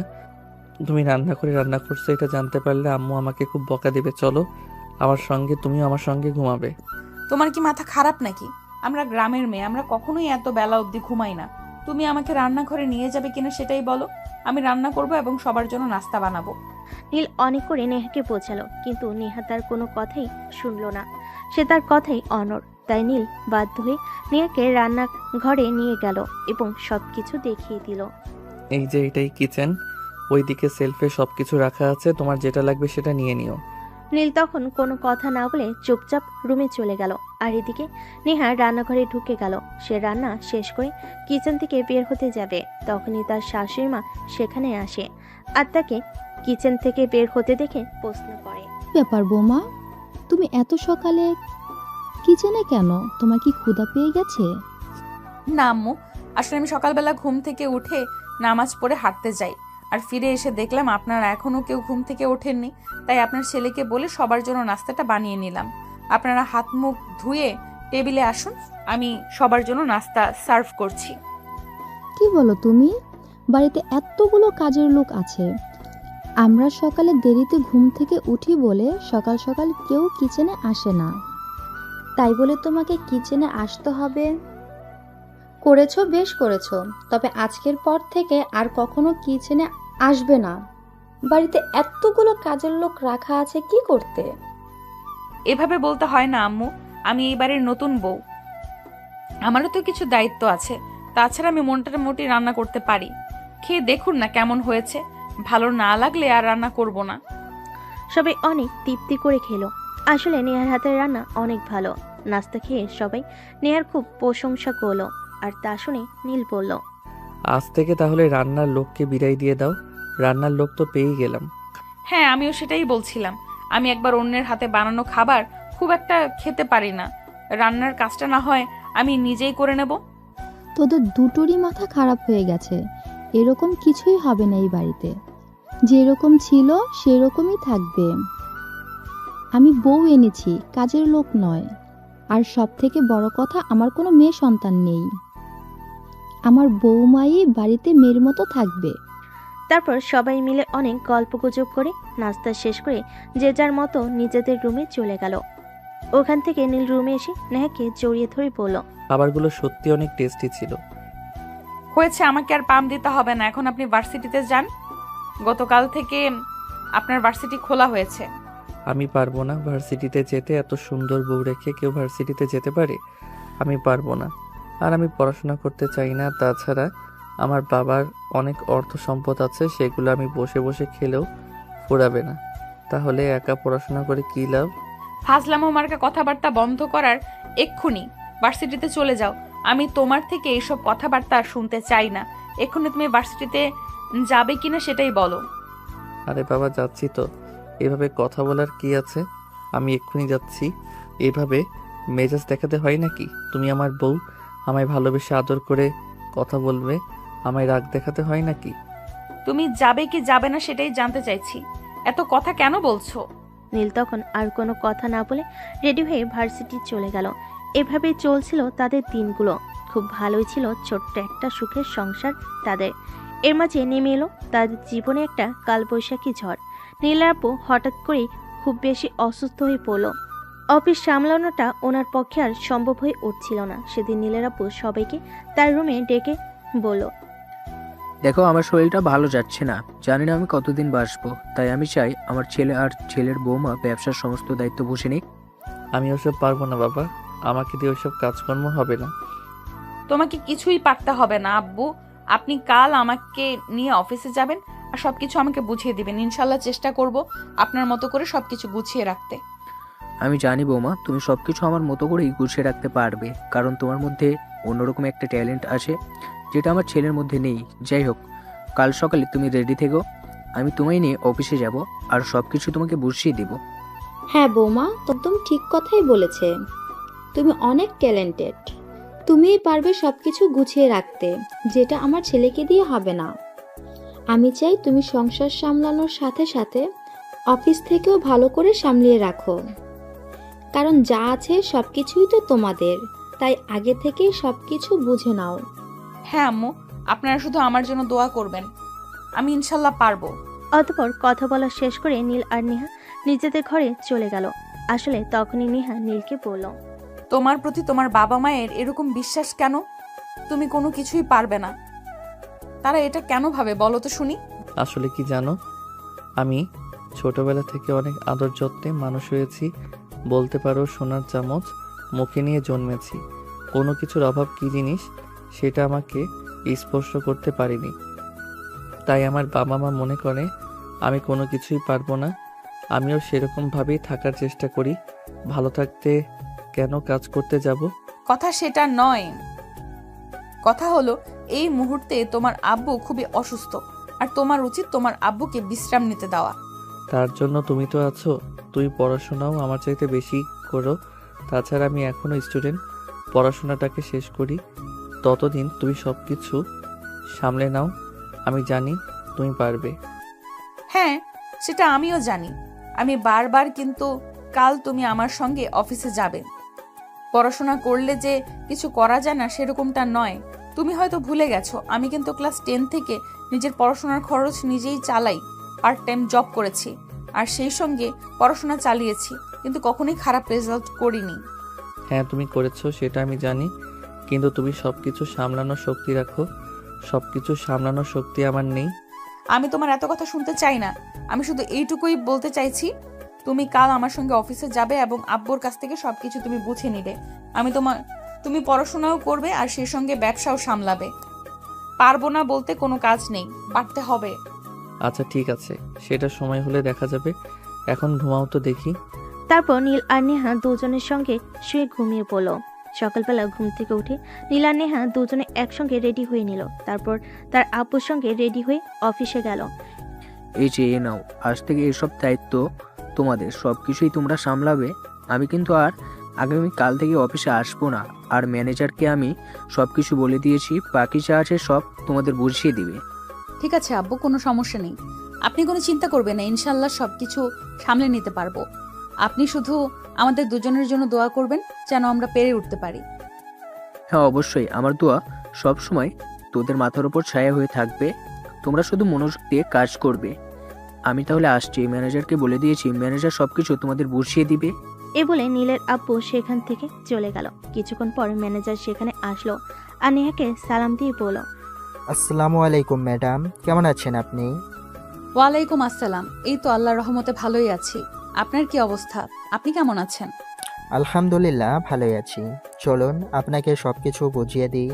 স্যার বলল আপনাকে সবকিছু বুঝিয়ে দিতে। হ্যাঁ, তাই চলুন। এরপর ম্যানেজার নেহাকে নিয়ে সবকিছু ঘুরিয়ে দেখাতে লাগলো আর সবকিছু বুঝিয়ে দিল। সব দেখে শুনে নেহা ম্যানেজারকে বলল, ঠিক আছে, আপাতত আর কিছু লাগবে না। কোনো সমস্যায় পড়লে, কোনো কিছুর প্রয়োজন হলে আমি আপনাকে ডেকে নিব। আচ্ছা ঠিক আছে ম্যাডাম, কোনো সমস্যা নেই। যে কোনো সমস্যায় আপনি আমাকে শুধু একটা ফোন দেবেন, আমি চলে আসব। অতঃপর ম্যানেজার নেহাকে সবকিছু বুঝিয়ে দিয়ে সেখান থেকে চলে গেল। এদিকে নীল অফিসে কোনোভাবেই মন বসাতে পারছে না, বারবার শুধু নেহাকে বলছে, নেহা প্লিজ এইসব কিছু থেকে আমাকে মুক্তি দাও। আমি এসব ঝামেলায় নিজেকে জড়াতে চাই না। আমার ভালো লাগে না এসব কিছু। তুমি করো না এসব। আমি পড়াশোনাটা আগে শেষ করি। ঠিক আছে যাও, তোমার কোনো কিছুই করতে হবে না। আমি অফিসে সামলাবো, সংসারও সামলাবো, কারণ আমরা গ্রামের মেয়ে, আমরা সব পারি। হ্যাঁ, সেটা তো তোমাকে দেখেই বোঝা যায়। তুমি আর 5টা সাধারণ মেয়ে থেকে আলাদা। তোমাকে দিয়ে অনেক কিছুই হবে, সেটা আমি প্রথম দেখাতেই বুঝেছিলাম। যাই হোক, তুমি অফিস করো, আমি আসছি তাহলে। এ বলে নেহাকে নিয়ে সেখান থেকে চলে গেল। এভাবে দেখতে দেখতে 2 বছর সময় চলে গেল। অফিস খুব সুন্দরভাবে সামলাচ্ছে। আর এইদিকে নীলের এবছর অনার্স 3rd ইয়ারের পড়াশোনা করছে। সেদিন বিকালবেলা সবাই ড্রয়িং রুমে বসে গল্প করছিল। নেহা আর নীল সেখানে উপস্থিত ছিল। হঠাৎই নেহার শাশুড়ি মা তাকে বলে, বৌমা, তোমাকে একটা কথা বলতে চাই, যদি কিছু মনে না করো তাহলে বলবো। আরে আম্মু, এইভাবে বলার কি আছে? বলুন না আপনি কি বলবেন। আমি আপনার পুত্রবধূ। আপনি তো আমাকে সবসময় নিজের মেয়ের মতোই স্নেহ করেন। আর মেয়েকে কিছু বলতে হলে কি অনুমতি নিতে হয় নাকি? আসলে আমি বলতে চাইছিলাম এটা আর কি। দেখো, তোমাদের বিয়ের তো প্রায় 2.5 বছর হতে চলছে, এখনো কোনো সুখবর পেলাম না। তাই বলছিলাম, যদি এইবার একটা সুখবর আমাদের জন্য এনে দিতে তাহলে আমাদের খুব ভালো লাগতো। দেখো, এইদিকে সারাদিন বাসায় বসে থাকি একা একা, কি সময় কাটে। একটা খেলার সাথী চাই। এই ব্যাপার? আচ্ছা ঠিক আছে। এই কথা বলতে এইভাবে অনুমতি চাইতে হয় নাকি? নেহার শাশুড়ি মা কথাটা শেষ করার আগেই নেহা এই কথাটা বলে, কিন্তু পরক্ষণেই কথাটার অর্থ বুঝতে পেরেছে। অনেকটা লজ্জা পেয়ে যায় আর দৌড়ে সেখান থেকে চলে যায়। অপরদিকে তার পিছন পিছন নীল রুমে আসে আর পিছন থেকে নেহাকে জড়িয়ে ধরে। বউ, আমার তো মন চায় বাবা ডাক শুনতে। প্লিজ এনে দাও না একটা ছোট্ট পুচকু। ও তাই নাকি? তাহলে আমি পুচকু নিয়ে বসে থাকবো আর অফিসটা সামলাবে কে? আপনি তো এখনো পড়াশোনা শেষ করতে পারেননি, আবার বলছেন পুচকু চাই। নিজেই তো একটা বাচ্চা, নিজেকে সামলাতেই তো একটা মানুষ লাগে, তারপর আবার বাচ্চা সামলাবে কে? প্লিজ বউ, এরকম বলে না। তুমি না হয় অফিস সামলাবে, পুচকুকে আমি আর আম্মু মিলে সামলে নেব। আর আব্বু তোমার সঙ্গে ফ্রি আছেই, তাহলে তোমার এত চিন্তা কিসের? প্লিজ বউ, এরকম বলে না। ঠিক আছে, আগামীকাল ইংল্যান্ডের একটা বাইরের সঙ্গে আমার ছোট্ট একটা মিটিং আছে, ওই মিটিংটা সেরে আসি। যদি ওই ডিলটা আমরা পেয়ে যাই তাহলে এই ব্যাপারে ভেবে দেখব। বউ, আমি আর কোনো অজুহাত শুনতে চাই না, আমার একটা পুচকু লাগবেই। ঠিক আছে বাবা, বললাম তো কালকে মিটিংটা সেরে আসি, তারপর চেষ্টা করে দেখি। পরের দিন সকালবেলা ঘুম থেকে উঠে নেহা সবার জন্য নাস্তা তৈরি করলো। তারপর সবাই মিলে একসঙ্গে বসে নাস্তা করে নীল ভার্সিটিতে চলে গেল আর নেহা অফিসে। অফিস শেষ করে রাত 10টার দিকে নেহা বাসায় আসলো। তার শাশুড়ি মা তখন তার জন্য ড্রয়িং রুমে বসে বসে অপেক্ষা করছিল। বৌমা, আজ এত দেরি হলো কেন অফিস থেকে আসতে? তুমি তো প্রতিদিন রাত 8টার মধ্যে বাসায় ফিরে আসো, কোনো সমস্যা হয়েছে নাকি? আমার তো অনেক টেনশন হচ্ছিল। না আম্মু, সেরকম কোনো ব্যাপার নয়। আমি তো আপনাদেরকে বলেছিলাম আজ আমার ইংল্যান্ডের একটা মিটিং আছে, ওই মিটিংটা শেষ করতে করতে দেরি হয়ে গেল। তাছাড়া অফিস আওয়ারের অনেক কাজ করেছিল, সবকিছু গুছিয়ে আসতেই রাত হয়ে গেল। আর আপনি এখানে কেন বসে আছেন? আমি না বলেছি আপনি 7টার মধ্যে রুমে চলে যাবেন? আমি অফিস থেকে এসে রান্না করে তারপর সবাইকে খাবার খেতে ডাকবো। রাস্তায় বাসায় থাকি না বলে আপনাদের বিকেলের নাস্তাটা বানিয়ে দিতে পারি না, তাই বলে কি আপনাকে এখানে অপেক্ষা করতে হবে নাকি? না মানে বৌমা, তোমার আসতে আজ দেরি হচ্ছিল তো, দেরি হচ্ছে দেখে রাতের খাবারটা আমি বানিয়ে নিয়েছি। তোমার শ্বশুর মশাই আর আমি খাবার খেয়ে নিয়েছি, নীল তোমার জন্য অপেক্ষা করছে। তাই আমিও ভাবলাম কিছুক্ষণ বসে থাকি, তুমি আসলে তারপর না হয় রুমে যাব। সত্যি আম্মু, আপনার মতো শাশুড়ি যেন প্রত্যেকটা মেয়ে পায়, এটাই কামনা করি। আপনি সত্যি অনেক ভালো, আপনার মতো শাশুড়ি পাওয়া সত্যি অনেক ভাগ্যের ব্যাপার। ভাগ্য করে আপনার মতো শাশুড়ি পেয়েছি। আপনি রুমে চলে যান, আমি আর নীল খাওয়া দাওয়া শেষ করে সবকিছু গুছিয়ে রেখে তারপর রুমে আসব। মিটিংয়ে কি হলো সে ব্যাপার তো কিছুই বললা না, ডিলটা কি তুমি পেলে? আম্মু, আপনাদের দোয়ায় ওই ডিলটা আমি পেয়েছি এবং কাজটা আমরা করতে চলেছি। বলেছিলাম না আপনারা শুধু আমার জন্য দোয়া করবেন, আমি সবটা সামলে নিতে পারবো। হ্যাঁ মা, তোমার জন্য সব সময় আমাদের দোয়া তোমার মাথার ওপর ছায়া হয়ে থাকবে। আমরা জানি তুমি পারবে, তোমার ওপর সেই ভরসা আমাদের আছে। আচ্ছা ঠিক আছে, তাহলে তুমি রুমে গিয়ে ফ্রেশ হও, আমি তোমাদের দুজনের খাবার রুমে পাঠিয়ে দিচ্ছি। আম্মু, আপনাকে না বলেছি আপনি রুমে চলে যান, আমি খাবার গরম করে নিতে পারবো। আপনি এক্ষুনি নিজের রুমে যান। নীলের আম্মু তখন আর কোনো কথা না বলে রুমে চলে গেল, কারণ তিনি খুব ভালো করেই জানেন এখন যদি তিনি এখানে আর একটাও কথা বলেন তাহলে নেহা রেগে যাবে। আসলে নেহা অফিসের সমস্ত কাজকর্ম করো বাসায় এসে সবকিছু সামলে। সে চায় না সংসার তার শাশুড়ি কোনো কাজ করুক। সে অফিস সামলাবে আবার এদিকে বাসায় এসে সবার জন্য খাবার তৈরি করবে, এটা তার প্রতিদিনকার রুটিন। তাই তার শাশুড়ি রুমে চলে গেল আর এদিকে সে রুমে এসে দেখতে পেল নীল বিছানায় শুয়ে ঘুমিয়ে পড়েছে। তাই সে ফ্রেশ হয়ে সোজা কিচেনে চলে গেল। তারপর খাবার গরম করে খাবার রুমে নিয়ে এসে তারপর নীলকে ঘুম থেকে ডেকে তুলল। এই নীল, ঘুম থেকে ওঠো। আমি না তোমাকে বলেছি আমি অফিস থেকে আসবো, যদি দেরি হয় তাহলে তুমি খাবার খেয়ে ঘুমিয়ে পড়বে। আমার জন্য অপেক্ষা করতে তোমাকে কে বলেছে? তুমি সারাদিন কত কষ্ট করো, তারপর আবার বাসায় এসে সংসার সামলাও, আর আমি শুধু সারাদিন বসে বসে খাই আর ভার্সিটিতে গিয়ে পড়াশোনা করি। এইটুকু অপেক্ষা করতে তোমার জন্য আমার ভালো লাগে। তাছাড়া তুমি আমার বউকে রেখে বর খেয়ে নেওয়া, এটা ভালো লক্ষণ নয়। হয়েছে সাহেব, হয়েছে। এখন আর নীতি কথা শোনাতে হবে না। তাড়াতাড়ি ঘুম থেকে উঠুন আর খেয়ে আমায় উদ্ধার করুন। অতঃপর নীল কোনো কথা না বলে চুপচাপ বিছানা থেকে উঠে খাবার খেয়ে নিল। আর তারপর নেহা সবকিছু গুছিয়ে রেখে বেডরুমে চলে আসলো। নীল বিছানায় বসে বসে নেহার জন্য অপেক্ষা করছিল। এটা দেখে নেহা বলল, কি ব্যাপার, তুমি আবার এখানে বসে আছো কেন? অনেক রাত হয়েছে, রাত প্রায় 11:30 বাজে। ঘুমাওনি কেন? একটু আদর পেতে মন চাইছে, প্লিজ একটু আদর দাও না আমাকে। এখন কিছুই হবে না, চুপচাপ শুয়ে ঘুমিয়ে পড়ো। আমার শরীরটা একটু ক্লান্ত লাগছে, আমিও ঘুমাবো। তাছাড়া তোমার জন্য একটা গুড নিউজ আছে। আগামী সপ্তাহে আমরা সিঙ্গাপুর যাচ্ছি হানিমুনে, 1 সপ্তাহের জন্য। তোমাকে বলে বোঝাতে পারবো না কতদিন পর তোমাকে নিয়ে একটু বাইরে বের হওয়ার সুযোগ পাবো। বিয়ের পর তো কখনোই আমাদের সেরকম কোনো সুযোগ হয়ে ওঠেনি। সব সময় তুমি শুধু তোমার সংসার আর অফিস নিয়ে ব্যস্ত থেকে যাও, আমাকে কোনো সময় তুমি দাওনি। এবার তুমি বাজে কথা বন্ধ করে ঘুমাবে, নাকি আমাকে অন্য কোনো চিন্তা ভাবনা করতে হবে? বলো শুনি। ঘুমাবো তো, তোমার বুকে ঘুমাবো। তোমাকে জড়িয়ে না ধরলে যে আমার রাতে ভালো ঘুম হয় না, সেটা তো তুমি খুব ভালো করেই জানো। তাহলে দেরি করছো কেন? চলে আসো। নেহা তখন মুচকি হাসি দিয়ে বিছানায় চলে আসলো আর নীলকে জড়িয়ে ধরে ঘুমিয়ে পড়ল। এভাবে দেখতে দেখতে আরও 3-4 দিন চলে গেল। এদিকে নেহা অফিস থেকে ছুটি নিয়েছে হানিমুনে যাবে বলে। সেদিন সন্ধ্যাবেলা নেহা অফিস থেকে চলে আসে। সে বাসে এসে দেখে তার শাশুড়ি মা ড্রয়িং রুমে বসে টিভি দেখছে। তখন সে তার শাশুড়ি মাকে বলল, আম্মু, আপনাকে একটা কথা বলা হয়নি। আমি আর আপনার ছেলে আগামীকাল সিঙ্গাপুর যাচ্ছি হানিমুনের জন্য। এটা তো খুব ভালো খবর বৌমা, তবে কিন্তু সুখবর নিয়ে ফেরা চাই। তা না হলে কিন্তু এবার কিন্তু আর মানবো না। অনেক করেছো, অফিস সংসার সব কিছু অনেক করেছো।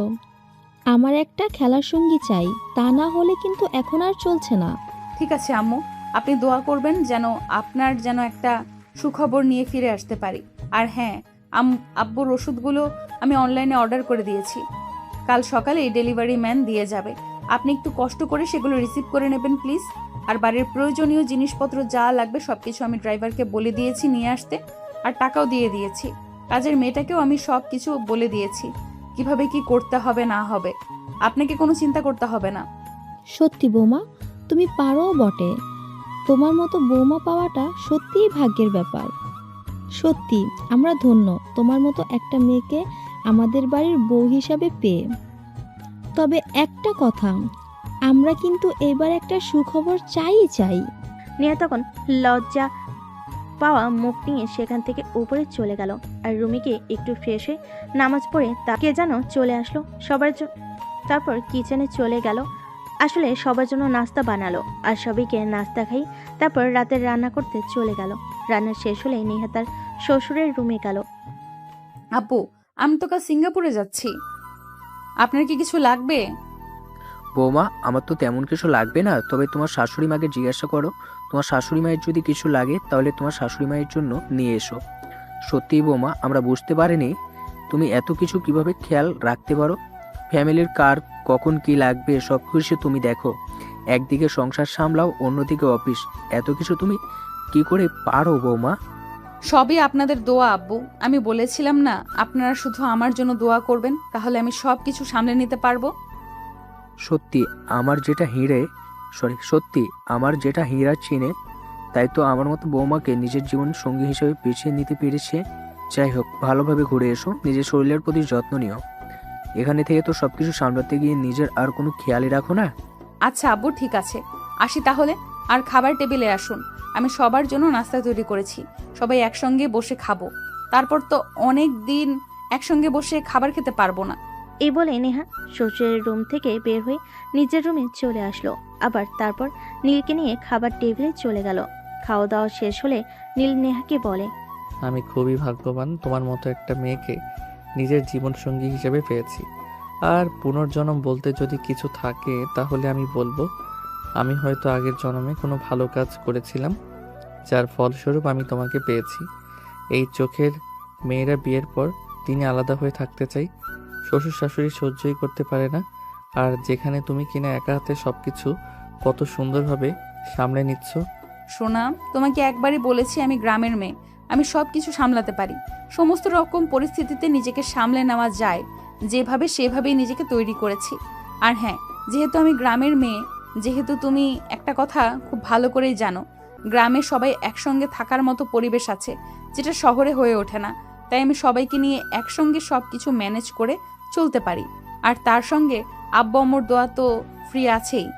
হ্যাঁ গো, সত্যি তুমি খুব ভালো একটা মেয়ে, আর ভালোবাসার মতো একটা মেয়ে।